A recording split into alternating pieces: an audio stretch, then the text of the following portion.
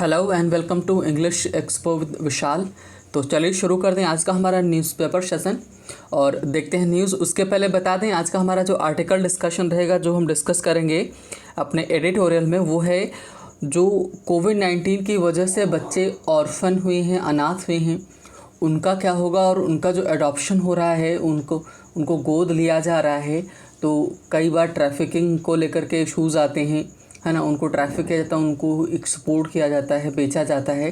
तो उसको लेकर के सुप्रीम कोर्ट के ऑर्डर्स आए हैं, तो उसके ऊपर आर्टिकल बड़ा अच्छे सा लिखा गया है। तो जानने के लिए एंड तक बने रहेगा। तो चलिए पहले हम न्यूज़ कवर करते हैं। तो न्यूज़ में हमारी जो पहली आई है क्या, एमएसपी। अब ये अगर आप थोड़ा न्यूज़पेपर पढ़ रहे हैं तो आपको एक चर्चा में आपको मिलेगी। अगर जब से बात करें हम, जो हमारे 3 फॉर्मूलाज थे उनकी अगर बात करें, है ना, तो उनमें क्या बोला गया था, है ना, कि एक एमएसपी की भी बात आई थी। एमएसपी होता क्या है? एमएसपी होता है मिनिमम सपोर्ट प्राइस, है ना, मिनिमम सपोर्ट प्राइस। इसका मतलब क्या होता है? न्यूनतम समर्थित मूल्य। ये वो प्राइस होता है कि मान लो आपकी फसल होती है और कोई नहीं खरीदता है, तो सरकार क्या करेगी, उस रेट पर आपकी फसल को खरीदेगी और आपके अकाउंट में पैसे दिए जाएंगे। ये होता है एमएसपी। तो जो 3 कृषि कानून लाए जा रहे थे उसमें ये बोला जा रहा था कि जो एमएसपी है वो हटा दी जाएगी, लेकिन ऐसा नहीं है, एमएसपी को नहीं हटाया गया है। तो बोला क्या गया कि centre announces hike in MSP for paddy pulses and oil seeds, है ना। तो जो खरीफ फसल है उसके लिए क्या किया है सरकार ने, केंद्र सरकार ने अनाउंस किया है हाइक, बढ़ोतरी, है ना, इन एमएसपी मिनिमम सपोर्ट प्राइस में, फॉर पैडी मतलब धान के लिए, पल्सेस दालों के लिए और ऑयल सीड्स के लिए, इन सब के लिए बढ़ाया है, मतलब एमएसपी को बढ़ा दिया है। मिनिमम जो एमएसपी एक तरह से माना जाता है 150% होता है आपकी लागत का। तो कहने का मतलब है अगर आपके 100 रुपये खर्च हुए हैं, तो अगर कोई नहीं खरीदता है तो आप सरकार के पास बेचेंगे तो आपको 150 टोटल मिला करके मिलेंगे, यानी कि 50 रुपये का आपको फ़ायदा मिलेगा।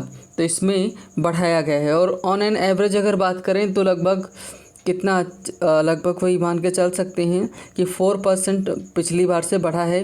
और धान के जो अगर बात करें तो वो 1940 हो गया है। पहले कितना था, है ना, कि पहले इसकी रेट कम था 1868, मतलब 1868 रुपये पहले था और अभी 1940 रुपये हो गया है। तो सबकी यहाँ पर लिस्ट भी लिखी हुई कि कौन कितना बढ़ा हुआ है। लेकिन फार्मर्स ग्रुप जो है अनहैप्पी हैं और उन्होंने बोला है कि ये जुमला है, कुछ है नहीं, तो ये बोला गया है। नेक्स्ट अगर देखें तो जो नए बने हैं UNGA के प्रेसिडेंट, अब कौन है ये, मैंने कल बताया भी हुआ था, इसी के ऊपर चर्चा हमारी थी कि शन vaccine nationalism says UNGA president elect.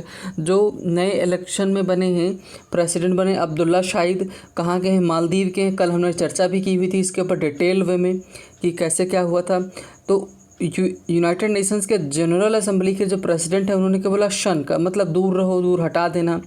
Vaccine nationalism, जो टीका है ना, टीका है उसका नेशनलिज्म का मतलब राष्ट्रीयकरण कर देना। अब राष्ट्रीयकरण से क्या मतलब यहाँ पर, कि ये बोल देना कि हमारे यहाँ की वैक्सीन है, कॉपीराइट वाले इशू ये सब करके, है ना, उसको उन्होंने बोला कि दूर करें।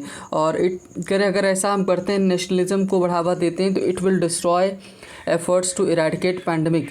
तो ये क्या है ना, हमारे जो प्रयास को क्या कर देगी, ख़त्म कर देगी, जो हम कर रहे हैं किसके लिए, इरेडिकेट करने के लिए पैंडमिक को, ये बोला गया। एक न्यूज़ और आई है कि फॉर्मर मिनिस्टर जो जितिन प्रसाद हैं, ये हमारे यहाँ के हैं, प्रसाद है ना, लीव्स कांग्रेस ज्वाइंस बीजेपी। ये कांग्रेस को इन्होंने छोड़ दिया और बीजेपी को ज्वाइन कर लिया है।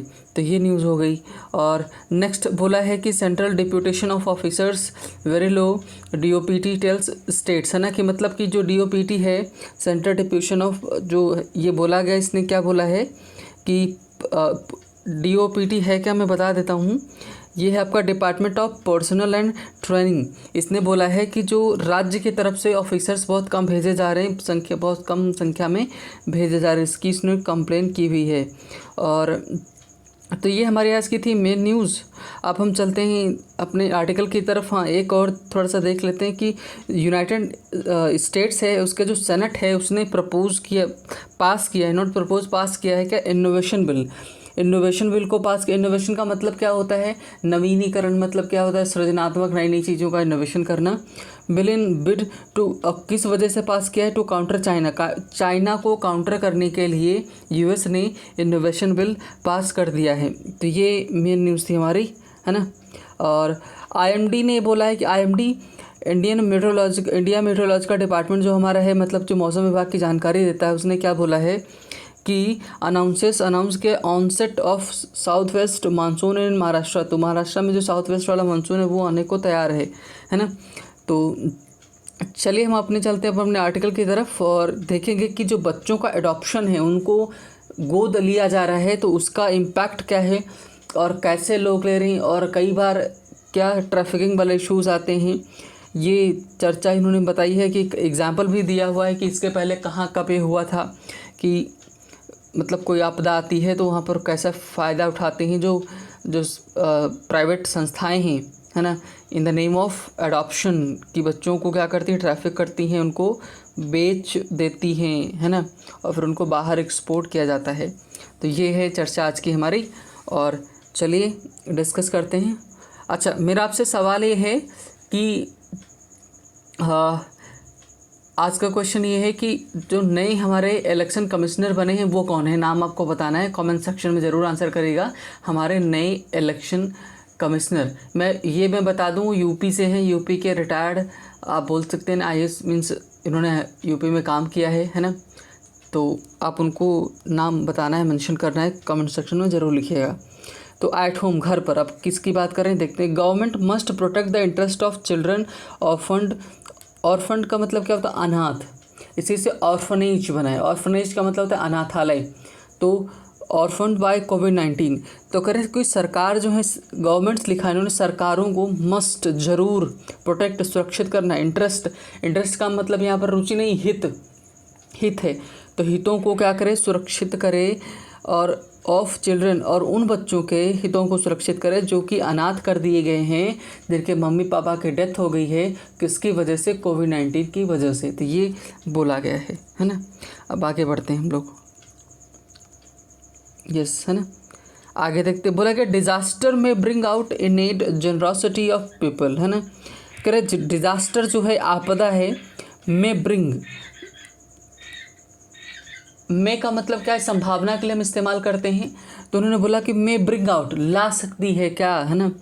इनेट का मतलब जन्मजात, जनरॉसिटी का मतलब क्या है, उदारता, दयालुता, है ना, ऑफ पीपल, लोगों की। बट देखो, बट लगाया मतलब कुछ उल्टा है। करें कि जो डिजास्टर है ना, आपदाएं हैं ना, लोगों की जो जन्मजात क्या होती हैं, दयालुता होती है, उदारता होती है, वो तो बाहर ला सकती है। बट समटाइम्स इवन, लेकिन कभी कभी क्या होता है, यहाँ तक, इवन का मतलब यहाँ तक वेल इंटेंशनड, है ना। वेल इंटेंशन का मतलब कि अच्छी नीयत से किया गया इनिशिएटिव्स, पहल, है ना, मे गो रॉन्ग, गलत दिशा में जा सकता है, गलत हो सकता है ना। ये इन्होंने बोला। कई बार अच्छी, हमारा जो नीयत अच्छी होती है, लेकिन कई बार गलत हो जाता है। अब ये एग्जांपल बता रहे हैं।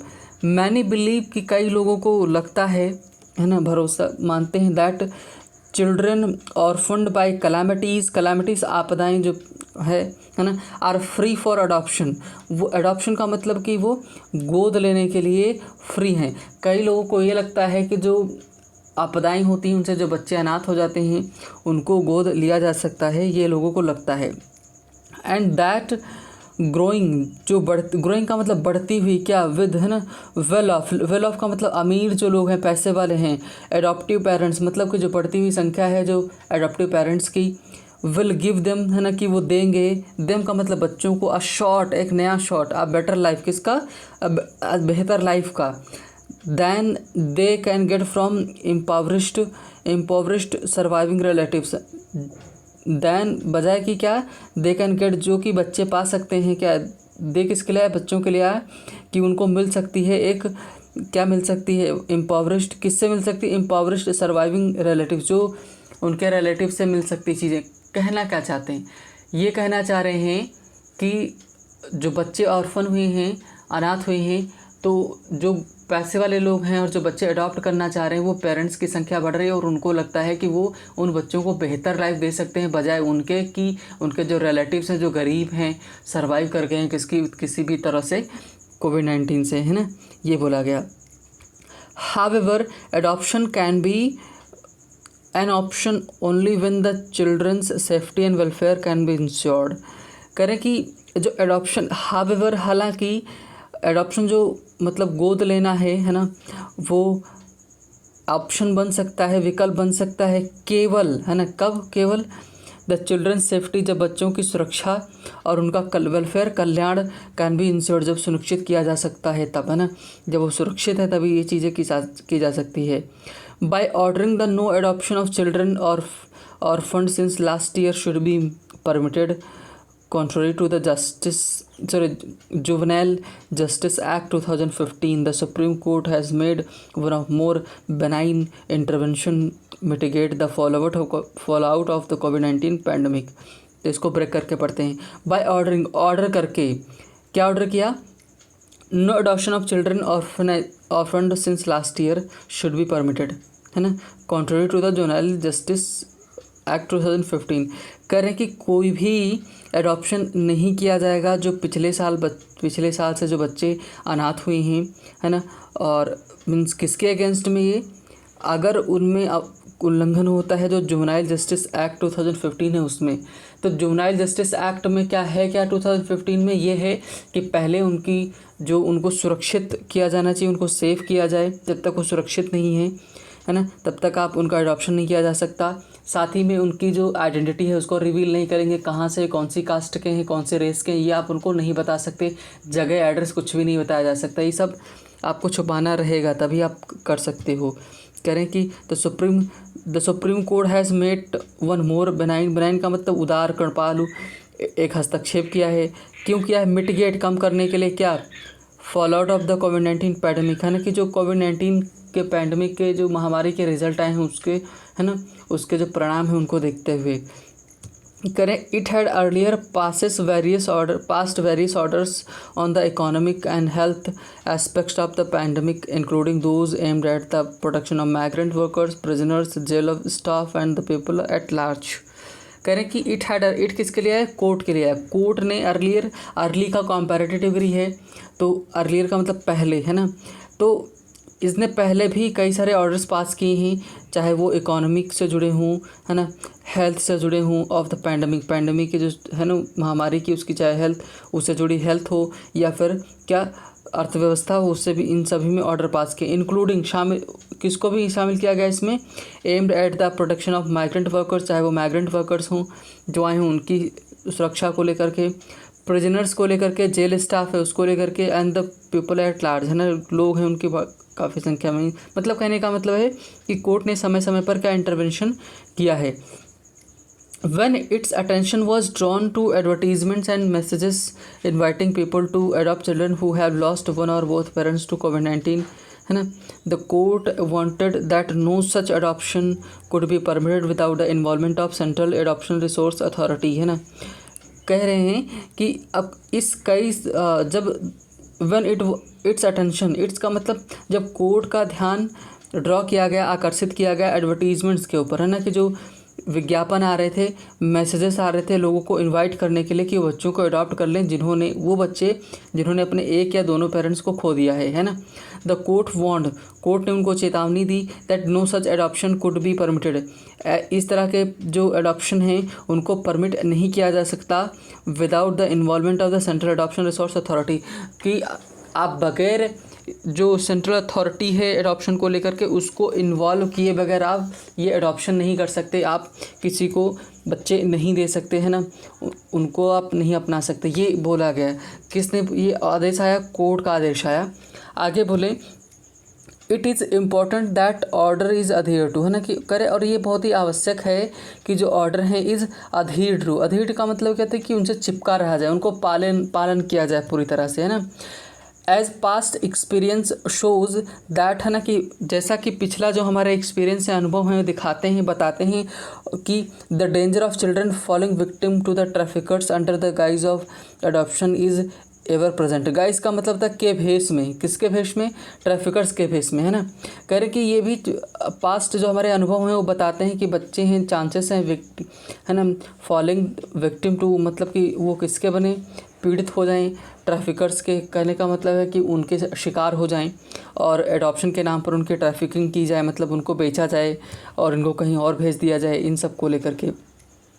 Even when they reach the hands of genuine adoptive parents, यहाँ तक कि जो अगर जेन्युइन, जो वास्तव में सच में करना चाहते हैं, अडॉप्ट करना चाहते हैं बच्चों को, है ना, देयर इज़ अ पॉसिबिलिटी कि यहाँ पर संभावना है that they will be uprooted out of their social and children cultural milieu through inter country adoption without the option of growing up with the relative और adoption parents closer home being explored, है ना। कह रहे हैं कि यहाँ तक कि ये भी चांसेस हो सकते हैं कि अगर वो जेन्युइन लोगों के हाथ में भी लग जाते हैं तो, है ना, तो उनके जो क्या बोलते हैं हालात हैं, है ना, ये भी संभावना है कि जो उनके हालात हैं वो विल बी पॉसिबिलिटी है कि दे will be uprooted out of the, कि उनकी जो सोशल, सामाजिक और जो सांस्कृतिक एक हालात हैं उनसे उनको हट जाना पड़े, है ना, क्योंकि वो अगर पास में नहीं रहते हैं किसके, पेरेंट्स हो चाहे रिलेटिव उनके क्लोज में, तब अगर ये सारे चांसेस हो सकते हैं।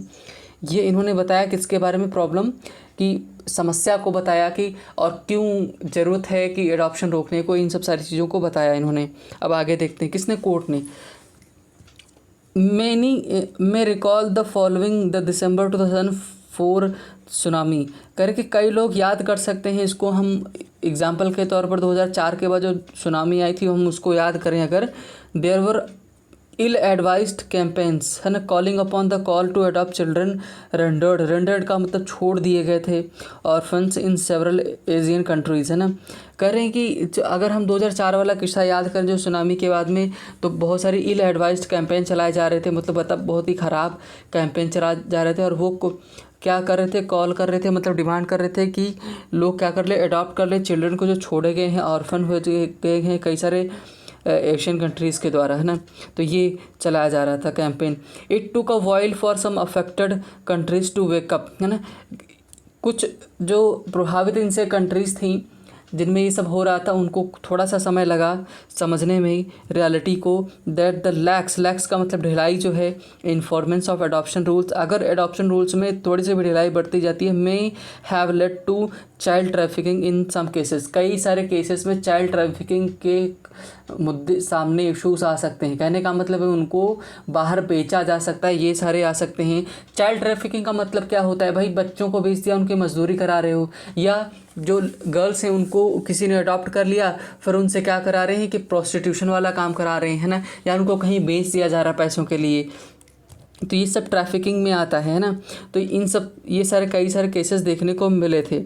इन प्रेजेंट सिचुएशन, वर्तमान में जो स्थिति है, इट अपीयर्स, ऐसा प्रतीत होता है, दैट, प्रतीत का मतलब जरूरी नहीं कि हो, लेकिन ऐसा लगता है, that the union government and national commission for the protection of child rights, है ना, जो NCPCR है, NCPCR है ना, कि जो है ये national commission for protection and child rights are quite alive, ये लोग पूरी तरह से क्या जिंदा हैं। कहने का मतलब कि इनके चीज़ें ध्यान में हैं, टू प्रॉब्लम, है ना, कि जो समस्या है उसको ध्यान में रख रहे हैं।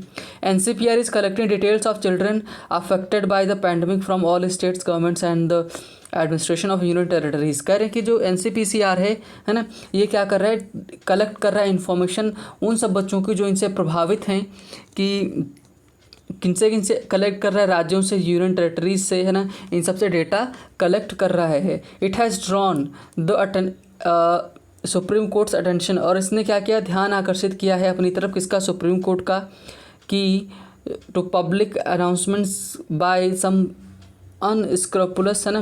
अनस्क्रपुलस का मतलब, प्यूलस का मतलब क्या है कि जो अनैतिक एजेंसीज़ हैं, है ना, जो ख़राब एजेंसीज़ हैं, लोगों को इनवाइटिंग इंटरेस्टेड पीपल, लोगों को जो इंटरेस्टेड हैं अडॉप्ट करने में, उनको इनवाइट कर रहे हैं, बच्चों को वो क्या कर लें, अडॉप्ट कर लें। Also disclosing their children's identity, बच्चों की जो आइडेंटिटी है, उनकी पहचान है, उसको डिस्क्लोज कर रहे हैं, जो कि जुवेनाइल, है ना, एक्ट है आपका 2015, उसके खिलाफ है ये, जुवेनाइल जस्टिस एक्ट 2015, इसके खिलाफ कि आप उनकी आइडेंटिटी को रिवील नहीं कर सकते। आगे बोले, the court's order asking all authorities to prevent illegal adoption, कि कोर्ट के ऑर्डर हैं ये इस बात की तरफ इशारा कर रहे हैं, बता रहे हैं कि अथॉरिटीज़ को बता रहे हैं कि इलीगल, जो अवैधानिक तरीके से अडॉप्शन किया जा रहा है उसको रोका जाए। Fund collection in the name of affected children came in response to this, है ना। और इसी के क्या हुआ है कि रिस्पॉन्स में क्या आया है, प्रत्युत्तर में, कि फंड कलेक्ट किया जाए, है ना, बच्चे जो प्रभावित हैं इनसे, इनको सुधारने के लिए, इनको हैंडल करने के लिए। The court has also passed orders for the continuance of the children's education and other steps to coordinate the implementation of schemes in their favour. करे कि कोर्ट ने ये भी आदेश दिया है कि ये भी कंटिन्यू किया जाए, इस बात को भी ध्यान में रखा जाए कि बच्चों की जो शिक्षा है उसको ध्यान में रखा जाए, और साथ में ऐसी स्कीम्स लाई जाएँ जो उनके फेवर में, उनको चीज़ों को ध्यान में रखें। तो आगे बात करें, दीज ऑर्डर्स आर नेसेसरी, करें ये जो ऑर्डर्स हैं बहुत ही आवश्यक हैं। रिमाइंडर, एक तरह से रिमाइंडर का काम करते हैं अथॉरिटीज़ को, that they have special responsibility, कि उनके ऊपर एक विशेष उत्तरदायित्व है कि to protect the interest and welfare of children in times like this, कर कि इस समय इस तरह के हालात में बच्चों को सुरक्षित करने के लिए, है ना, उनके ऊपर बहुत बड़ी रिस्पॉन्सिबिलिटी है, ये अथॉरिटीज़ के ऊपर डाला गया है। इसी के चलते इलाहाबाद यूनिवर्सिटी जो है, मतलब सेंट्रल यूनिवर्सिटी है, उसने क्या बोला है, जो बच्चे हैं उनको फ्री में एजुकेशन देगा, जो मतलब जो अनाथ बच्चे हैं दोनों, जिनके पेरेंट्स की डेथ हो गई है, कि उनको क्या देगा, फ्री में शिक्षा देगा, है ना। ये काफ़ी अच्छा इनिशिएटिव लिया गया है किसके, इलाहाबाद यूनिवर्सिटी के द्वारा, सरकार ने भी ले रही है, और कोर्ट ने भी आदेश दिया है कि जो बच्चे अनाथ हुए हैं उनको ध्यान में रखा जाए, ये सारी चीज़ें की जाए, है ना। तो ये हमारा था आज का आर्टिकल, हमने डिस्कस किया बच्चों को कैसे in the name of adoption how they are trafficking the children, है ना, and how they are misusing the laws and means advertisement, all these things, है ना। तो आई थिंक आपको, आई होप कि आपको होपफुली समझ में आया होगा, चीज़ें समझ में आई हुई, बहुत सारी चीज़ें आपने नहीं सीखी होंगी, है ना। तो ये है आज हमारे वीडियो का एंड, और नेक्स्ट सेशन में मिलेंगे। हमारा क्वेश्चन क्या था कि आपको बताना है जो नए हमारे इलेक्शन कमिश्नर बने उनका नाम क्या है, कमेंट सेक्शन में ज़रूर करिएगा। तब तक आप अपना ध्यान रखिए, बाय बाय, है ना। और साथ ही में अगर आपको वीडियो पसंद आई हो तो आप इसको लाइक कर सकते हैं, जुड़े रहने के लिए सब्सक्राइब कर सकते हैं। Bye bye, take care.